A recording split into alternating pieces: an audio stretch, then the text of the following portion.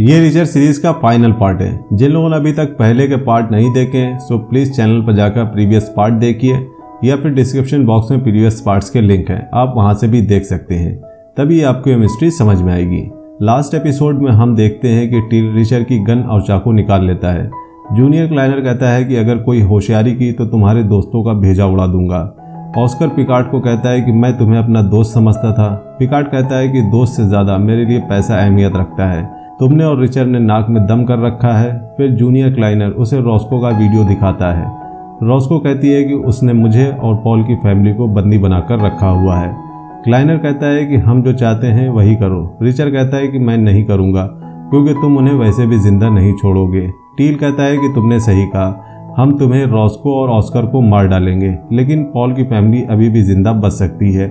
फिर richer junior क्लाइनर को कहता है कि मैं जानता हूं कि तुम अपने बाप की मौत का बदला लेना चाहते हो, लेकिन हमने उन्हें नहीं मारा। जूनियर क्लाइनर कहता है कि उनको मैंने ही मारा है क्योंकि वो मुझे सुधारने के लिए किसी संस्था में भेजने वाले थे।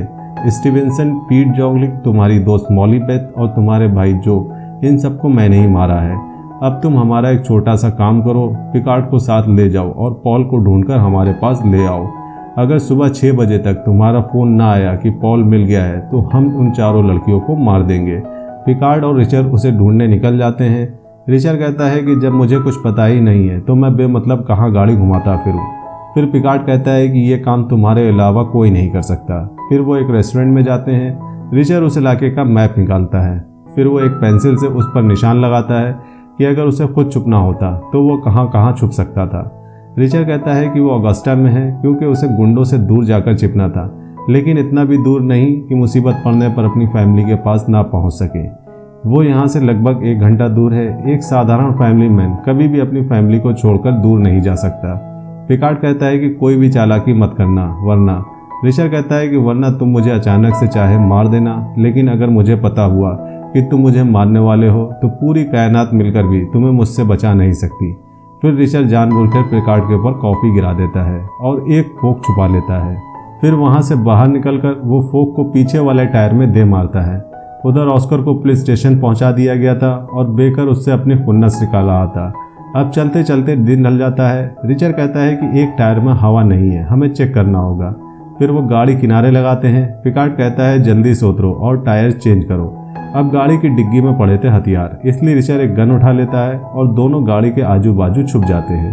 पिकार्ड कहता है कि अगर सुबह 6 बजे तक जूनियर ने मेरी आवाज़ नहीं सुनी तो वो चारों को मार डालेगा।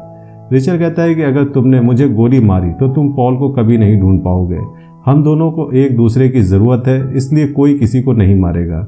मैं जब 1 गिनूंगा तो हम दोनों अपना गन वाला हाथ ऊपर उठाएंगे। 2 गिनूं तो गन को कार की डिग्गी के ऊपर रख देंगे। 3 गिनने पर हम खड़े हो जाएंगे। पिकार्ड कहता है कि मैं समझ गया। फिर 1 गिनने पर वो दोनों अपना गन वाला हाथ ऊपर उठाते हैं।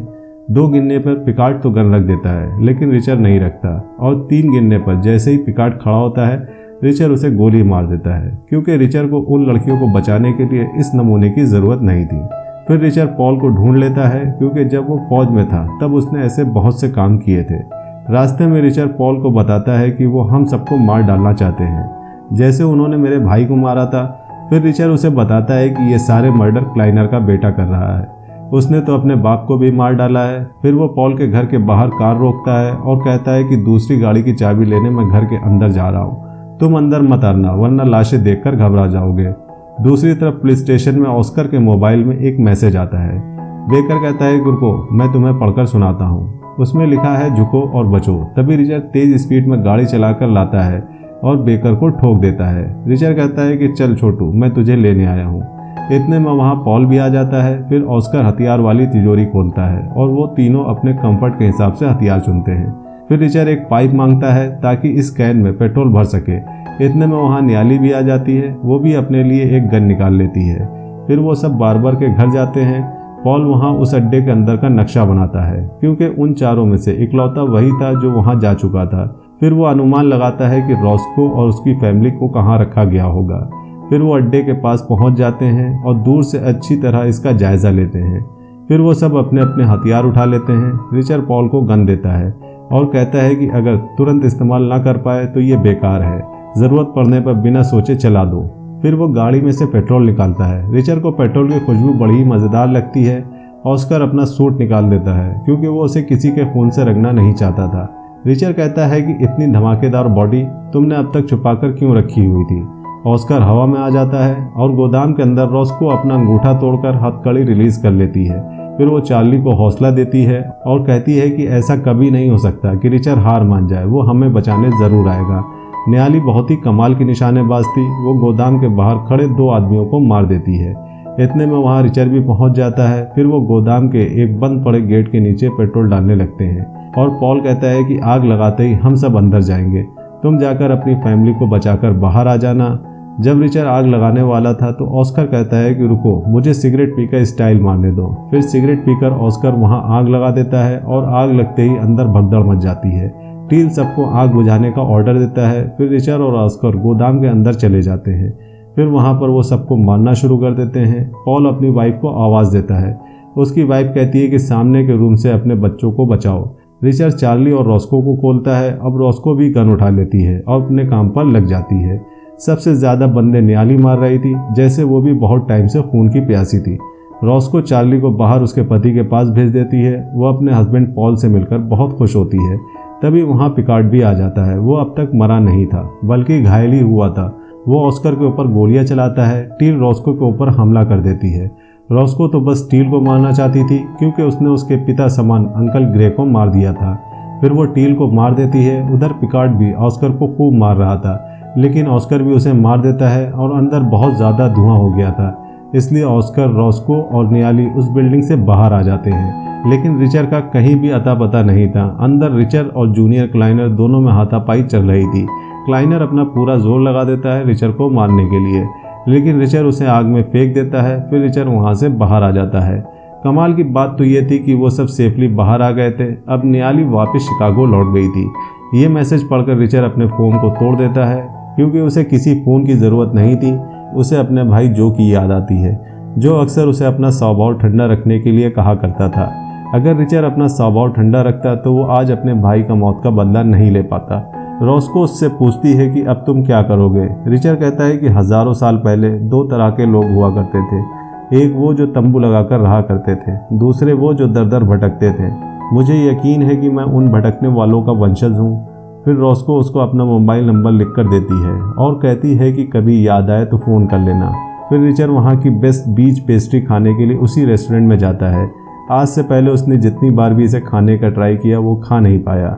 वहाँ उसे ऑस्कर मिलता है। वो कहता है कि रॉस्को को छोड़कर जाना आसान नहीं होगा। फिर वो बताता है कि FBI वाले पिकार्ड को लेकर तुमसे कुछ सवाल पूछना चाहते हैं। मैंने उन्हें कह दिया कि पहले तुम उसे ढूंढ तो लो, फिर सवाल भी पूछ लेना। फिर वो रिचर्ड का शुक्रिया अदा करता है क्योंकि अगर वो नहीं होता तो वो कभी नहीं समझ पाता कि यहाँ क्या चल रहा है। फिर रिचर्ड कहता है कि नहीं, तुम अब तक मर गए होते और तुम्हारी आत्मा को सब कुछ समझ में आ जाता। फिर ऑस्कर कहता है कि अब मैं ये पुलिस वाली नौकरी छोड़ दूंगा और वापस अपने घर चला जाऊंगा। वो बताता है कि उसकी वाइफ पहले ही मर चुकी है, इसलिए अब वो उस डॉगी को अपने साथ ले जाएगा क्योंकि घर में कोई तो होना चाहिए जिसके लिए इंसान रात को घर वापस लौटता है। अब फाइनली रिचर्ड उस पेस्ट्री का स्वाद चख लेता है और कहता है कि मैंने अपनी लाइफ में इससे भी बेहतर पेस्ट्रीज खाई हैं। फिर वो उस जगह जाता है जहां उसके भाई को मारा गया था और वहां एक गड्ढा खोदकर वो अपने मेडल को दबा देता है क्योंकि वो चाहता है कि जिस काम के लिए उसके भाई ने अपनी जान दी उसके लिए उसे कोई पुरस्कार मिले। फिर रिचर्ड निकल पड़ता है अपने अनजान रास्ते की तरफ। क्या पता वो घूमते घुमाते कभी हमसे भी आ मिले। और यहीं पर ये वेब सीरीज़ ख़त्म हो जाती है। तो दोस्तों, कैसी लगी आपको ये वेब सीरीज़? मुझे उम्मीद है कि आपको काफ़ी पसंद आई होगी। अगर मूवी का एक्सप्लेनेशन पसंद आया हो तो वीडियो को लाइक करिएगा और चैनल को सपोर्ट करने के लिए सब्सक्राइब करिएगा ताकि हम आपके लिए ऐसे इंटरेस्टिंग मूवीज़ के एक्सप्लेनेशन लाते रहें। मिलते हैं नेक्स्ट मूवी एक्सप्लेनेशन वीडियो में, तब तक के लिए बाय बाय।